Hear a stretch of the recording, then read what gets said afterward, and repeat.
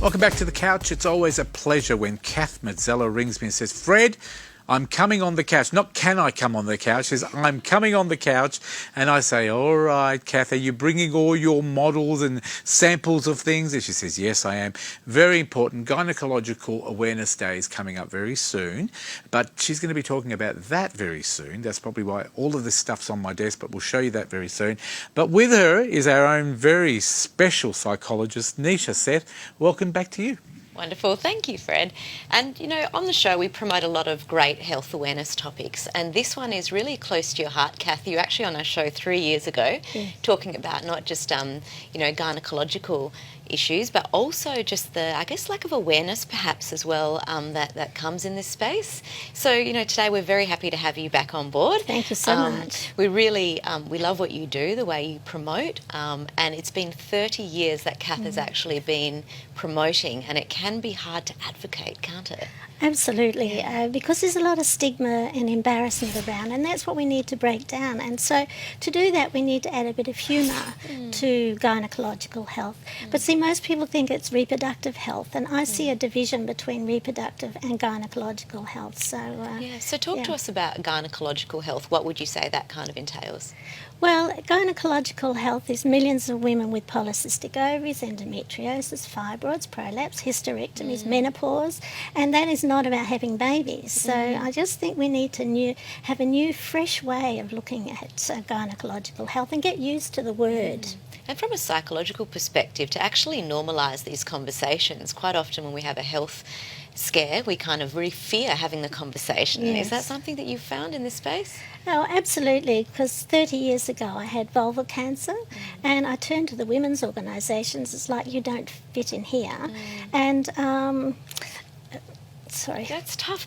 You know, and it is hard because there are so many different health areas that you do need to focus on, and to be told when you've just been diagnosed with something, and I'm so sorry, with vulval cancer, and you're here today, so we're very happy, but that would be really unsettling to be told, no, we don't talk about that, or we don't cover that, right? And that's what you've been pioneering, and you can see your passion in your face there, yeah? Well, people used to say we call it a vagina instead, but we wouldn't call a penis as testicles, would we? I mean, so why do we call a vulva as a vagina? And I think it goes back to the history days when I discovered the Latin word pudendum, and that word says female genitalia, one who should and ought to be ashamed, the shameful part of a woman. So for a long time there I was being shameful. I thought, I have to be shameful, and I thought, I can't live like this. What a mindset to have I to have. know. Yeah. So I put an advertisement in the Women's Day, and all these ladies wrote me these horrific, horrible stories. But I thought, it's all being done behind the closed doors, and I'm saying, open the doors, open the doors. We can't do that. And I'm saying, well, who said we can't? You know, where does this history come from, and how can we change it? Yeah, so, and that's a big question. So who have you been engaging with? Because you have been busy in the last 3 years since we've seen you. Well, yes, I've for the Gynae Awareness Day, I've had to lobby lots of organisations, but I've just been told this week that the Women's and Children's Healthcare Australasia have come on board for the Gynae Awareness Day, and they're going to promote it. And the Royal Australian New Zealand Gynaecological Obstetrics, they're going to be putting it out on Twitter. And King Edward Hospital, they have celebrated for 9 years, and I'm really pleased that they've taken it on board. But my heart lies in the communities, so I'd love to be able to sort of get it more out there. And the Health Minister, Amber Jade Sanderson, she spoke about my work in Parliament House several years ago with Roger Cook. And tell us the story about what Roger Cook said. I think our audience will like this. We've had Roger Cook on the show. Yeah, he was the Health Minister at the time, and so I took my granddaughter along to Parliament. We were sitting there listening, and Roger's talking away about, you know, we need for gynaecological health, and he said, but there's one thing I want to say. He said, I've never said it before, and I'll probably never say it again. And I thought, what's he going to say? He said, I've seen Kath Mazzella's panties. Oh, so that went down in the Hansard. Yeah. I thought, oh my God, he didn't say that. But if he can put humour into it, you know, and he's a male as well, and we can put some, you know, we need to all come together with the professionals and the health consumers and women like myself who've got a story to tell, because I have seen women die from vulval cancer, and it's like, oh, we don't want to go there. But, you know, we're so in the dark because of the stigmas and embarrassment. And stuff. And early detection is key to the city here, isn't it? So, Oh, you know, we were absolutely. talking earlier while we were preparing for the segment that some of the symptomology of, you know, common occurrences like thrush for women actually can be meaning something totally different, right? Well, absolutely. I was the Jean Howes Women's Health Champion a few years ago, and I had a look up about vulval cancer, and one of the risk factors is lichen sclerosis, and it says that 1 in 80 women have got lichen 1 in sclerosis. 80, my goodness. And yet there's very, very little research. But I'm pleased to say I'm an investigative associate with the vulva research in Queensland now. Fantastic. It sounds Of very... course you are. Something extra you do. But I heard that there's going to be 5 different research groups. So Brilliant. you can see that things are moving, but we need the community women's groups to sort of, you know, not be afraid to pick up on this and try and sort of understand it a bit more. Yeah, and earlier on, right, so having conversations, obviously it's a parent's choice when they start talking to their children, but I know schools, you know, our institutions can start to look at how they can appropriately educate. What are some other ideas? What are you looking for in terms of support out there? Funding. Yes. I've been self-funded all this time, and I haven't been paid recently to travel to the country, overseas and in the country. So, you know, that makes me feel like it's worthy, but I sort of think I'm not sure how much I can keep going on my own. But I'm not very good with... I tend to sort of, somebody said I like to do things on my own, and I do things on my own because I can see the vision, but there's always obstacles that get in the way, and I sort of think I haven't got time, you know. So perhaps if you're interested in gynaecological awareness, you know, in general, you can contact Kath, because I'm sure that, you know, there's going to be a lot of students, a lot of women with experience, or males as well, that you might want to meet with. There's also, you know, the great work you do, and I love how organic it is because you've made this yourself. Fred's going to hold up in a moment. Let's take it over to Fred for the Red Talk us Knickers through. Day. So, Can I just say, this isn't a fashion statement, so please do not think I'm going to be starting to wear this, even though they are quite warm. well, you could stand up, Fred, and we could have a look then. And I could not. It's not even my size. I've lost a lot of weight. But I'm glad the sample model is not actually one of our sizes. It looks beautiful. Yeah, but the thing is, it's not just a Goes pair well. of red knickers. It's somebody, I mean, I knitted them, but we get the community groups involved in the process. And while we're doing that, and we're having these quilts made up by community groups. Kath, do people get shocked when they see a pair of underwear? Do people go, Oh, they do. Why is that They do. We can see bras for breast Let's cancer, try but the other there's a different this mindset. is more my size. Yeah, but it is about the community getting involved, and when we're doing it, we can be talking at the same time and sharing stories, and that's what we need to hear more. Kind of more normalising stories. the conversation. What's right? this one? Well, let me have a look, Fred. Yeah, I thought you'd already know.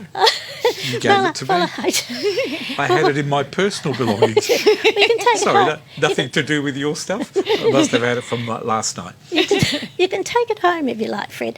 But what it is I've devised these so that, and to try and get organisations to have a bit of fun with it. But if you lift this up, it's got all the gynaecological anatomy underneath there. What a great little learning tool. Well, I know, because it's still discreet, but it's still sharing the message. Do So you get many men come to your seminars? Because I'd No. love to know, in 2024, you would think there'd be a lot of men there supporting the women, but also Yeah. supporting their wives, their partners, their mums, their Yeah. daughters.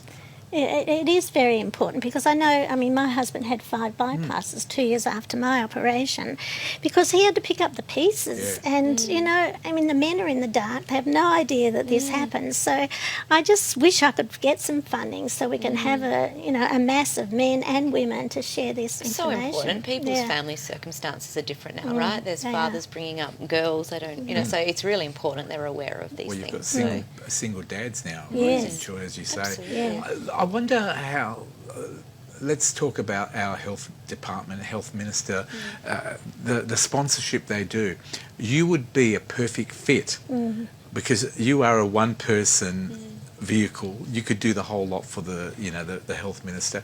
Have you approached her directly to see if they'll give you some funding? Well, they have given me some ideas, but the thing is, it's got to be a not-for-profit. Yeah. And even though I'm no longer on GAIN, but I'm a life member. But I think I'm a bit difficult to work with because I'm so one-minded. But yeah, you're a pain in the backside to work with. I know what you mean. Thanks for admitting that. No, look, do you know what it is? Absolutely lovely. It is very hard to do stuff as not-for-profit. There's some great advantages, there's some bad advantages there, bad things as well.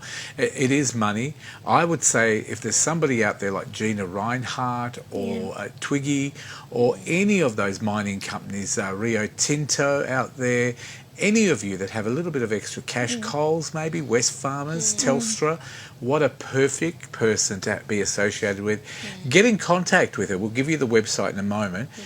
All it takes is to give her a few dollars every year. She'll go away, she'll leave you alone, and then she'll come back next year and you keep supporting a great cause. You do a great job. Absolutely. Tell people your website, please, to Camera 3.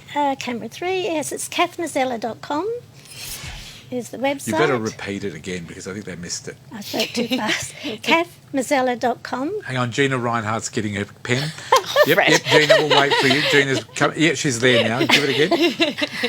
Yes, no, I think Gina, she supports breast cancer. I know. So, sometimes it's hard to break that ground when it's already set up. You can get somebody else to lot, support you. But do you know what? We need people in the community that have got that extra cash. It's not about time. It's about saying, well, I can't throw time your way, but I can help you financially. And it all adds up, doesn't it, when you see this crowdfunding? But Kath, just well done. Thank 30 you. years. Yes, You pioneered this area. It wouldn't have been easy. So you're an inspiration to women and men out there, right? You can see your passion. So keep going. Okay, I will do. Thank you very much. And Fred, I want to thank you personally for and your team. Congratulations to you. You are not only a survivor, but you're a survivor today because you keep promoting this wonderful cause. There's so many people, men and women, children as well.